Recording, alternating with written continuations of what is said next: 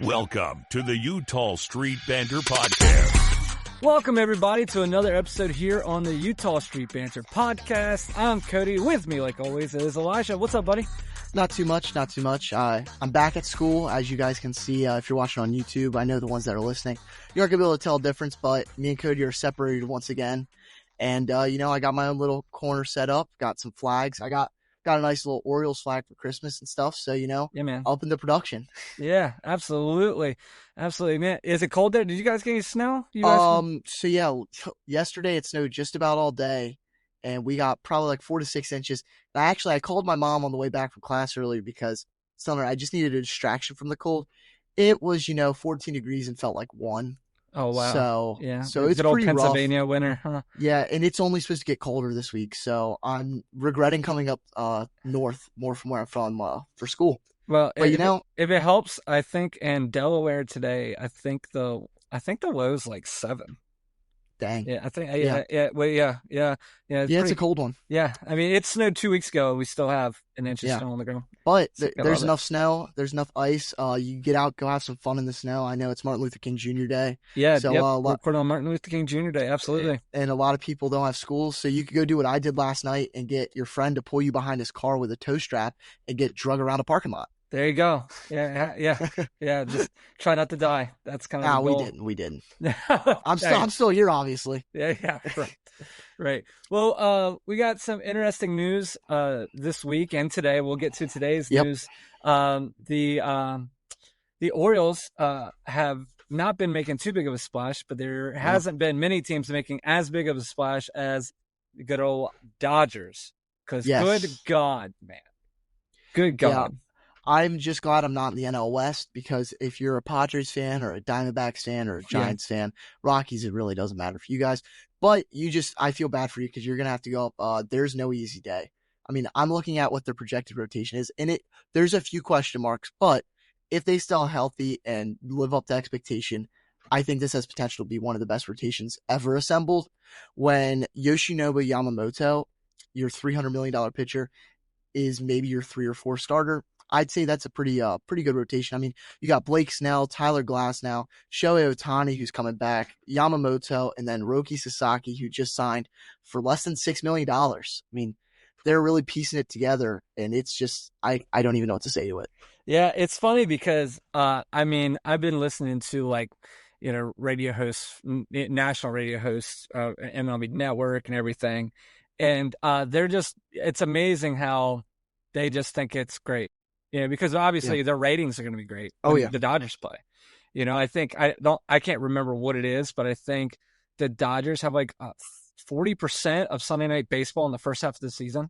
You know what I mean? So every time you turn on Sunday Night Baseball, you're going to be on the East Coast. You're going to be watching baseball at 8:30, and it's going to be a day game, and across the country. That's always odd. And then, but the other issue I have right now is, they're all like, well, you know what? Every owner has money. They don't have this kind. I mean, this is this is the largest disparity I've ever seen. I don't know. It's a little embarrassing, because you don't see it happen pretty much anywhere else, for this long. I mean, you'll see in the NBA it happen for like a 2-year span, because they just can't give out the kind of contracts. But this is crazy. And I mean, the problem with the Sasaki deal is that's nothing. They didn't give out nothing because of how messed up the whole international signing is. So that's why anybody can afford him, but he gets to choose wherever he goes. I mean, your number one draft pick in America can't do that. Then why can your number one international pick be able to choose wherever he wants to go? Well, I can tell you really the meaning behind that is that the international players, they don't have that draft, and it boosts the economy of some of these countries. And I know in the last CBA deal, it was kind of put out there that they were looking for a deal to be made for an international draft that would throw. I mean, you'd have someone like Roki Sasaki, he'd be the first pick, but you'd have your Yamamotos when they're still getting up to over 25, so come over as a free agent. But these young guys, they instead of having to go through a few years in Japan playing professional baseball, they can just go straight to the draft. But I mean, it's definitely an interesting one. It's a hot mess. Yeah, I I mean, mean they spent, the NBA has their international players go straight into the draft. You know, yeah, what exactly. I mean, the Wizards picked the one dude, second pick overall. You know, yeah, Alex uh, Sarr.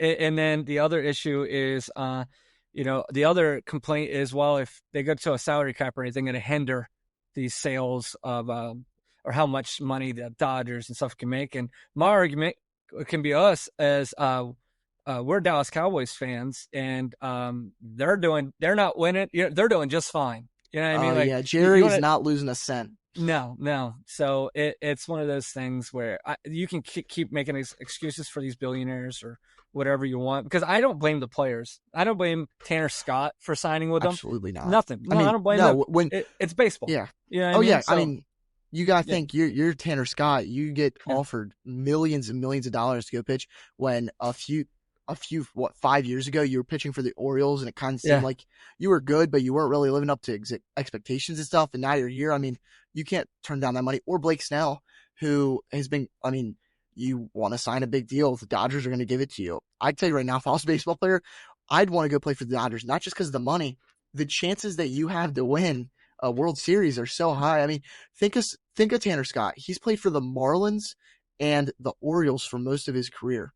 There's no shot at winning with those two teams. Go somewhere that you're going to have a shot to pitch in a World Series. Yeah, I mean, it's like, remember you're a kid, you'd play travel ball. You have a chance to play with this really, really good team that's going to win a lot of tournaments and travel, or you can go and play with this other team that's, just decent. Yeah. Obviously, you're going to go to the good team. Yeah, exactly. These guys are still playing to win. You know what I mean? So, yeah. So anyway, that's our Dodger talk. They're going to be good. Luckily, yeah, we don't have to worry about them until the World Series. Yeah. And while we get into our Orioles segments, which is obviously most of it, I do have a little piece of trivia that I will put out a warning. It's kind of like a content advisory. Most of the people that listen to our podcast aren't going to like the first portion of this, because I did write my trivia question prior to Sunday Night Football, and the Ravens were supposed to win that. I thought they were going to beat the Bills, and I kind of went into that. I'm a Cowboys fan. I was rooting for them, but I was too. Yep. I was kind of hoping they were making it to the championship game, because that would really help me with this question. But so the last time they went to the Super Bowl was 2013.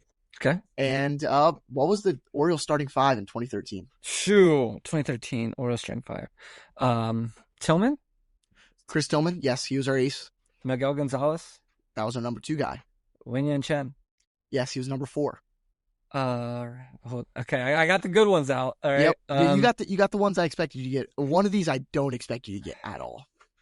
Bud Norris wasn't there. Bud Norris was actually our 6th starter. He started the 6th most games. So, okay. But was Jason Hamill there? That was our number 3. Yes, with a negative .3 WAR on the season. We traded him from the Cubs. Yeah, I remember that. That was a big trade for us. Then you got one more. Gosh. Bryant Mattis? No, yeah. So he only spent the 2013 season with us. He previously spent from 2005 to 2012 with the Texas Rangers.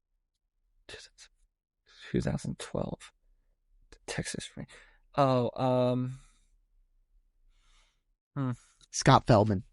Scott Feldman. God, his name came up the other day. I don't know why, but yeah, wow, I wouldn't have guessed him. No, that's crazy. No, so it's definitely interesting looking back. I mean, there's the names you remember, and then the names you don't have any clue or any semblance of even knowing they pitch for the Orioles sometimes. Yeah, that's crazy.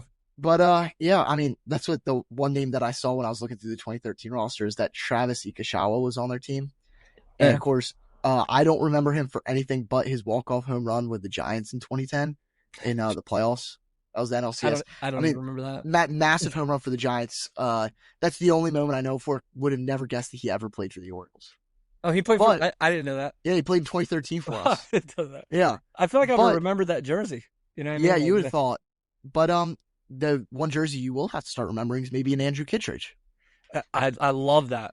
I love that. So we signed him to a 1-year, $10 million deal with an option for 2026. And this is honestly my favorite move of the offseason. Absolutely. We need it. I don't like it. This cannot be the stop. This can't be the end, though. We need another reliever. But he had a great season, a 2.8 ERA in 74 games. He's not a closer, but I think he's a really good option. He is your setup man. He pitches in the 8th innings a lot. And I think that takes some of the pressure away from Yennier Cano, because we've seen him he'll get into his swings where he is dominant, and then he'll struggle in the high leverage spots every once in a while. And he's a good guy. He's really reliable. He's going to give you the innings. He's going to give you exactly what you need from him. I mean, I look at some of his stats and stuff, and it's outrageous what he does. Right. Oh, I completely agree. I cannot be more excited for him, especially for like the price we paid for him. Yeah, you know absolutely. What I mean? And I mean, if I look at some of these stats for him, I look at some of the more advanced stats, and these aren't even hard advanced stats. It's so there's a high leverage index that Baseball Reference has, and it's just saying how high was the leverage. One is medium leverage, below that's low, higher than that's high leverage, and he has some of the highest high leverage numbers. He came into 42 high leverage spots out of his 74 games. I mean, that's behind people like Aroldis Chapman, David Robertson, Emmanuel Clase, these great closers, and he's above some other even better closers. Yeah. So looking at their bullpen real quick, I mean, the Orioles bullpen, the one thing that is starting to look decent is our bullpen, right? So obviously we got King Felix, that every Mariners hate, but we got Felix Bautista as our closer. And then under him is now Kittredge. And then right on his tail is Sir Anthony Dominguez. Okay, people are forgetting about him from last season. Then Cano, obviously, we don't forget about him. He just needs help. We need to take a break, give his arm a break. And then I know people don't want to hear this, but we still have CNL Perez and Aiken, who also can, help with that, So yeah. I think, and then I think we have some of the best long relief, if I can say that. We have Albert Suarez, and then when Tyler Wells comes back, I think our our 6 inning guys, if your 6 inning guy, in my opinion, is Albert Suarez and Tyler Wells, I mean, if you're not a true Orioles fan, you don't even know what we're talking about right now. But I mean, that's a great, we have looking at our starting pitching, we're going to need 6 inning guys. Yeah. I mean, like you said, we got some great guys. Andrew Kittredge was second in major leagues in holds. He had 37 holds. Oh, I didn't Cano know. was fourth with 34. And then a little bit farther down the list, around 15, was CNL Perez, who had 22. So that's a lot of guys that are holding the score. When you're winning, you're going to keep it there and get us over to the mountain in the bullpen. Yeah. And think about it, I strongly believe, I bet Cano had many more chances than Kittredge did, So it's one of those things where hopefully he can help us. In my mind, I love that signing. I didn't have, I was super excited for it. Yeah, I think we got a steal on him because we're paying him less money than Sugano and Charlie Morton, which that's insane to me that he's getting less than these guys, because I think it's not even because he's just recently been good. I mean, he's had some great stints the past few seasons with the Rays. I mean, he was an all-star in 2021. Yeah. He had a 1.88 ERA that year, 3.15 in 2022, 2023 at a 3.09, last year 2.8. He's been, you know what you're getting with this guy. Yep, and that's why I really like this deal. Mm-hmm. And then if you want to move on to one of my other guys that I was talking about is Charlie Morton. Yeah. He good old Uncle Charlie. He's a little bit older than the players on our team. He's definitely bringing our average age up, but I think he's also going to bring the experience up. Yeah, and that's what we got him for, I think. Yeah. I mean, it's okay. Yeah, I like Charlie Morton. I think he's a great pitcher. I just was hoping. This is the problem with the Charlie Morton signing. I think Orioles fans are hating a little bit on Charlie Morton when it's not his fault that the Orioles didn't sign a bigger name. You know what I mean? So I think Orioles fans aren't mad at Charlie Morton. They're mad that of all the people we passed on. I think that's the issue. Like if we would have gotten, I don't know, just another name. Say we got a Snell, right? And then you sign Charlie Morton. You're like, oh, that's great depth. That's perfect. But I think the problem is we're Orioles fans and we know that they think Charlie Morton's going to be a 2. And that's the frustrating part. Sort of like last year when we signed Kimbrel. And everybody on God's green earth, except for the Orioles front office, knew that Kimbrel wasn't a closer. And when it didn't happen, the front office acted like they couldn't believe it didn't happen. And meanwhile, all of us going, no, we saw it. I mean, we watched Phillies games last year, 2 years ago. We know. So that's my problem. I think Charlie Morton's is going to give you innings. I think that's going to help. That's my fear with Grayson is Grayson doesn't give you innings right now. I think that's the only thing that's preventing him from being an ace. Even though he has to be our ace, we don't have a choice. But anyway, if Charlie Morton can get you and have a a 12-8 record, I think we'll take that. Yeah, and I mean, if you look at some of his underlying stats, it's not as bad as it looks. I mean, last season he had a 99 ERA plus, which is 1 point below league average. And when you think about it that way, it's not terrible. I think it's just you sometimes, anytime you hear an ERA that's in the fours, you instantly think it's just awful. Yeah. But I mean, the season before he had a 120 ERA plus, so that's 20% better than league average. So I mean, it's not awful, and I think he's here to teach some of our young guys. We have a lot of young pitchers. I mean, look at Cade Povich, Chase McDermott. They're going to be coming up this season to pitch. They're going to play roles in this team. And whether Charlie Morton steps back and doesn't even start the whole season and goes to a long-term relief role, or just serves as a mentor to some of these young guys. I mean, that's what we've done lately. We've had that older free agent. Yeah. The Kyle Gibson, the Jordan Lyles, the Corbin Burns. I mean, obviously he's a little bit different than some of the other older guys that we bring in, but it's still a mentor to these young guys to show what professionalism is in the league and to really how to perform at the highest level. I mean, he's won 2 World Series in the past few seasons. Yes, you're right. Yeah, I pinched in the World Series clincher, right?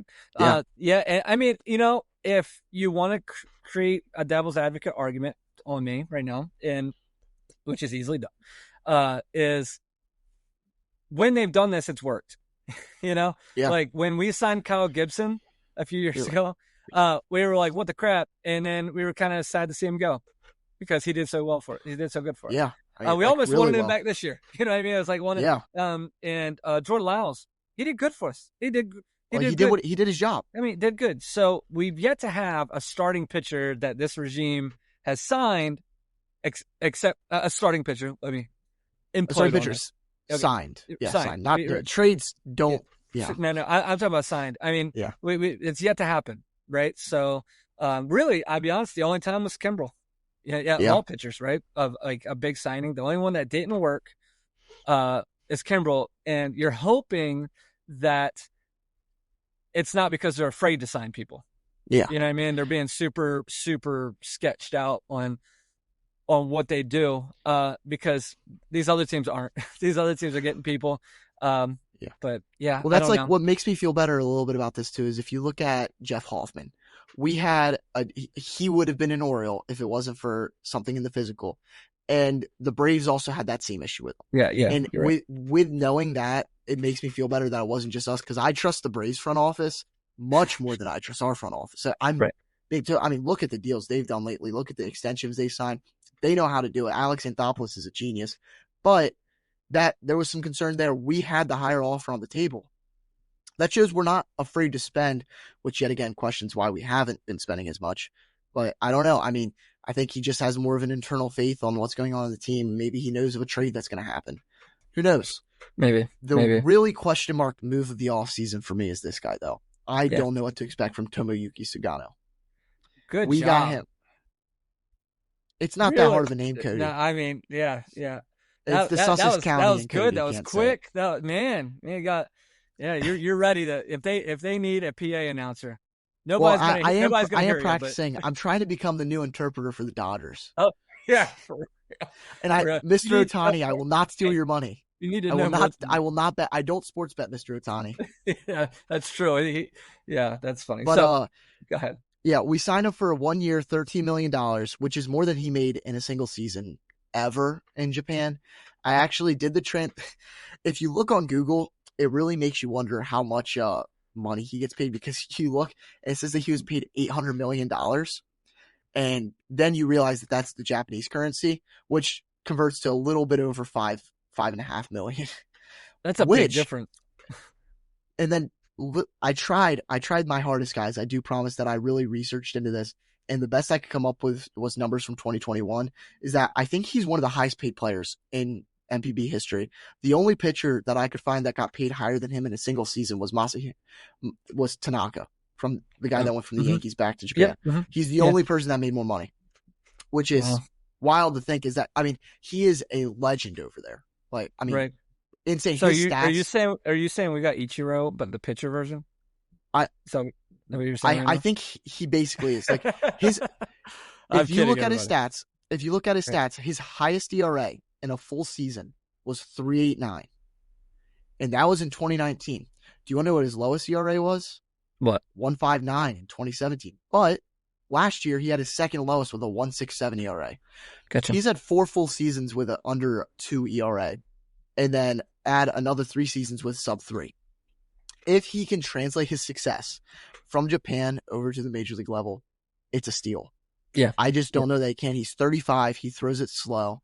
I mean, we basically got 2 of the same pitchers with Morton and Sugano. They're both old. They both don't throw fast. But Sugano, like many other Japanese pitchers, his velocity might not be the thing, but he is deadly accurate. Yeah. He's going to pinpoint. He's going to make his stuff work. He's going to work the at-bats.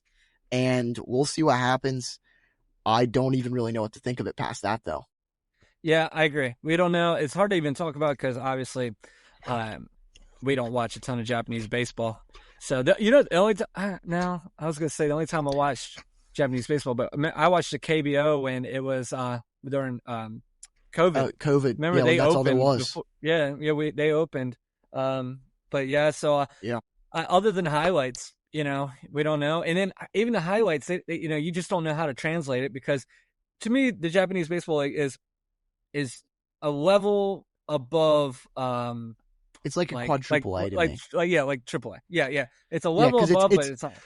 I definitely think, like he was on the Giants, I believe, in Japan. Mm-hmm. I believe they could beat like the Norfolk Tide.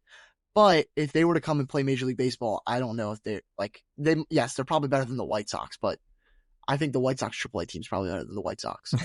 But it's definitely going to be interesting to see. I'm excited to see him pitch. I hope I can make it out to the Camden Yards to see him pitch once.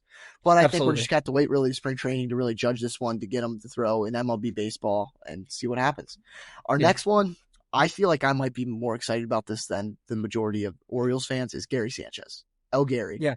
We signed him for $8.5 million $8.5 million.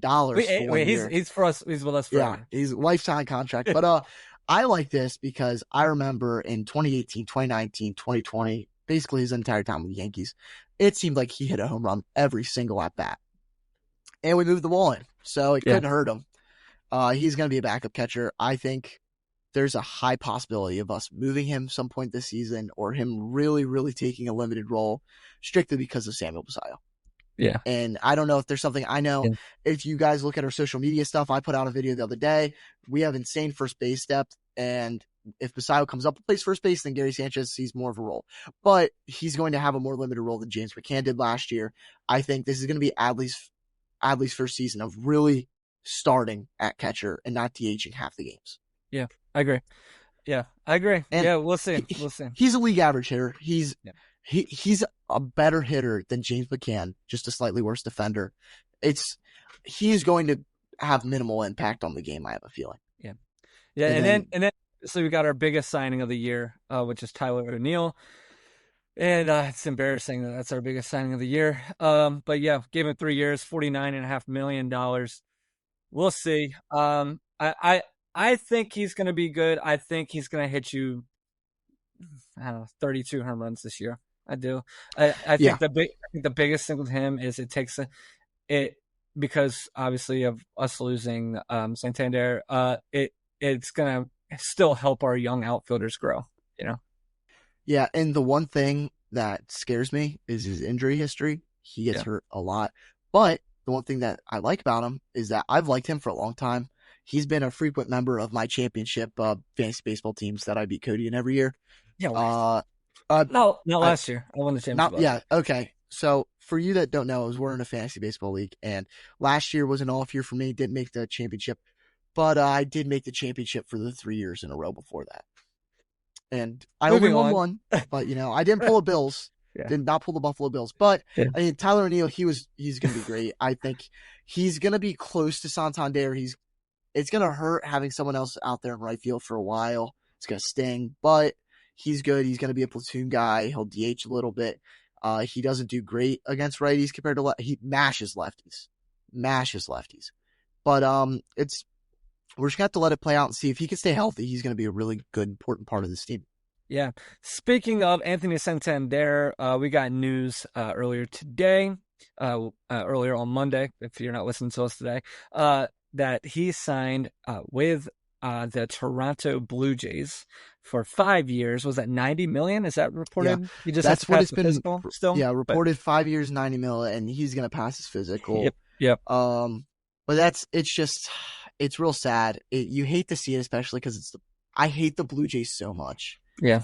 Like there's a special type of hate that all Orioles fans have for Yankees and the Red Sox type. Like everyone kind of hates those the same as an Orioles fan, but the Blue Jays, there's just something about it. I'll never forget their fans throwing beer cans at Hyun-Soo Kim. Yeah, I remember that. Losing them in the playoffs. Jose Bautista just being himself.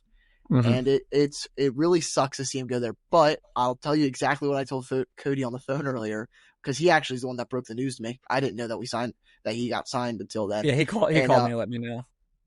Yeah, right. But I basically said, well, he went and he got his bag. That's what matters. He's paid. That's generational wealth. Yep. And the most important thing that I can hope for is that he has like a tweak in his shoulder, something minor. We're Capitals fans, and we have two players, Nicholas Backstrom and TJ Oshie, who've been out for like 17 years, it feels like, just with like injuries, and they're still getting paid. That's kind of what I want for Santander.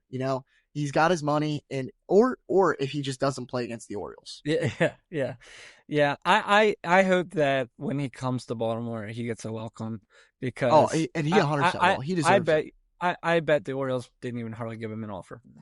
You know what I mean? That's the frustrating part. I hope they at least had like a meeting with him, but they probably offered him the same, something near Tyler O'Neill. So and we gave him 3 years for 49. Because the Orioles. So, and obviously he knew he could do better than that. His camp did, and he did. He did. I love to see it for him. I love to see it. I have no bad feelings towards him at all. Mm-hmm. I think all Orioles fans know that it was an end, and it sucks. He's been playing on the team since 2017. Yeah. And he's been, a massive impact. I remember watching him.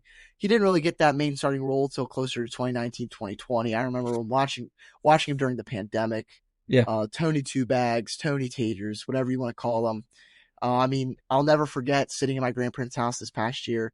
I just went over to talk to him for a few minutes. I think I had to drop something off. And the Orioles were playing the Astros, and he hit that grand slam. And I stayed to watch the rest of the game before I left. It was just, he's provided so many special moments. Absolutely. And it's going to be the same after this season when Cedric leaves if we don't extend him. Yeah. And then when Gunnar, and then Adley, and then Heston, and then Cowser. Don't get so sad. And Come on. Yeah, we'll extend one of them. Yeah, the wrong one. Yeah, we're going to. Who are we going to extend? Let me think. I want Jordan Westberg. I said that last episode. Yeah, we're going to. I'd love that. But, it's going to be. It's the end of another era of the Orioles. He got you out of the dark times. Just think about it. We could be saying if we were still bad, oh, well, Richie Martin left in free agency. Oh, shut up. Oh, God. We didn't. Yes. But it does get worse. That's the thing. We really got out of the dark times. We're into this better era, and he ushered that in. And I think Anthony Santander is going to go down as a lot of people's favorite Oriole. I hope he doesn't have bad feelings. Kind of like when Adam Jones, when he left, it seemed like there was some animosity between the team and him. Absolutely. And I know it's better now. I just hope there's no hard feelings or anything that got left after this. Yeah. All right. Looking at the free agents, that's even practical for the Orioles to sign still, which might not happen because, sadly, Orioles fans, it doesn't seem like much has changed this offseason compared to last offseason. So anyway, moving on from that, obviously pitching-wise, every Orioles fan's favorite, Jack Flaherty, is still there. A 29-year-old pitcher, had a great year last season. That's about it on the starting pitching side. No. There's Nick Pivetta. There's Andrew Heaney, Max Scherzer, Clayton Kershaw. No. Okay. Just no. No. Max Scherzer on an 8-year deal. That'd be about it. Which he minds. If I was Max Scherzer and somebody offered me that, I would just go home.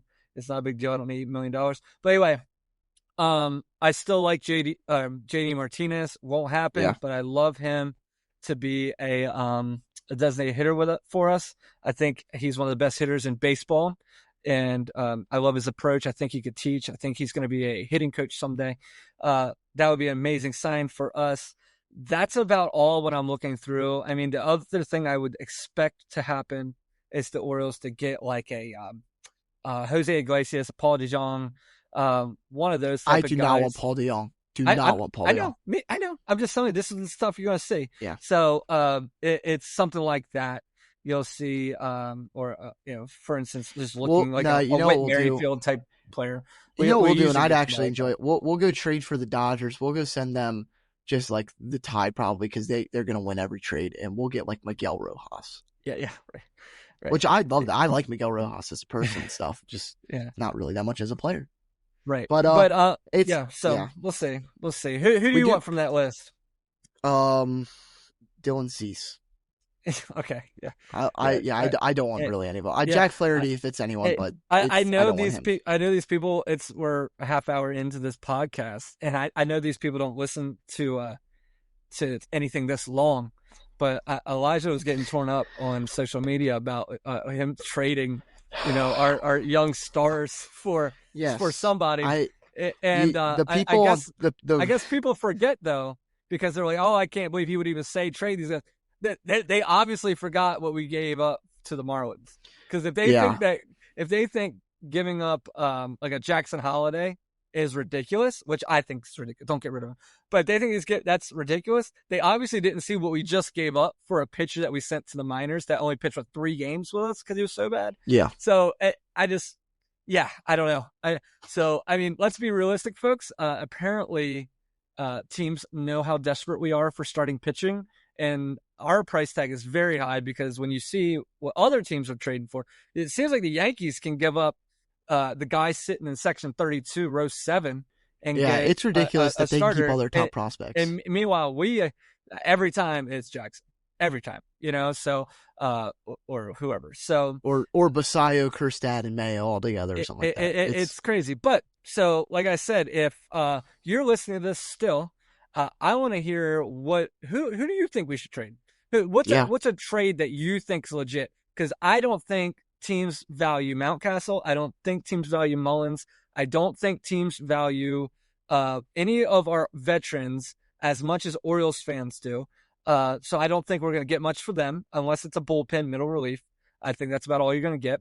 I think you're going to have to give up one of your prospects that we all think is going to be great. And so that's how I think. I hope I'm wrong. I don't know. Like Dylan Cease, you're going to have to give up 2 of our biggest prospects for 1 year, and he's going to do good, just like Burns did good, but then you still don't have any pitching behind him. That's what we're at. But but to get away from all that, we have some interesting stuff with our podcast. I've been really trying to pump out some more videos on social media, and the reception's been great. I would love for you guys to go comment, tell us what you want to hear. I mean, there's something that's outside of the normal stuff that you want us to talk about. I mean, if you want me to do a deep dive on the 2014 Delman Young, I will. I'll do it. I'd gladly do that. I mean, like, don't worry. I'm DMing players trying to see if I can get none of them answered to me, but between this and school, I have so many projects I could interview people for. I need anything I can get. Don't worry. Did I slide into DJ Stewart's DMs? Yes, I did. That's fine. Yeah. So that'd be awesome. Yeah. So if anybody has any cool topics they want to kind of we can have a segment for, we'd love to hear you. Also, if you're listening to this, all right, if you're still listening to us, that means you're dedicated. You have to make sure.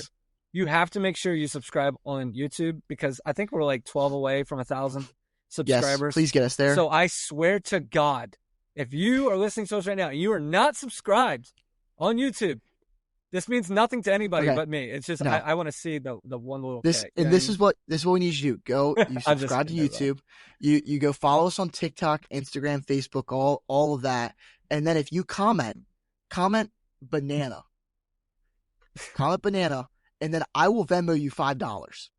Jeez, I'm gonna comment banana. You don't count. But you have to be followed everything, and I will check.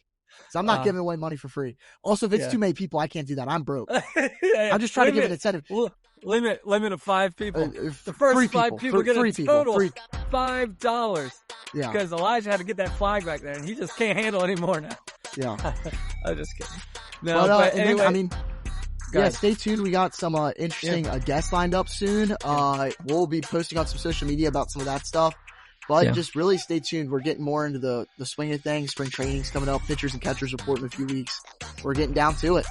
Yeah, man, it's hard to believe. I mean, in a month or so, we're going to be actually talking about people showing up to the facility. You know what I mean? So, yeah, really excited about that. But until next time, everybody, we really can't thank you guys enough for staying with us and staying with us here in season 2, 2025 Baltimore Orioles baseball. We will see you in a couple weeks. And until then, make sure you follow us on everything. Subscribe, YouTube, comment. Make sure, comment, whatever you want to do. If I say something stupid, tell me. Yeah, please tell me. He does say a lot of stuff. So anyway, thank you all. We'll see you next time. See you guys. See ya.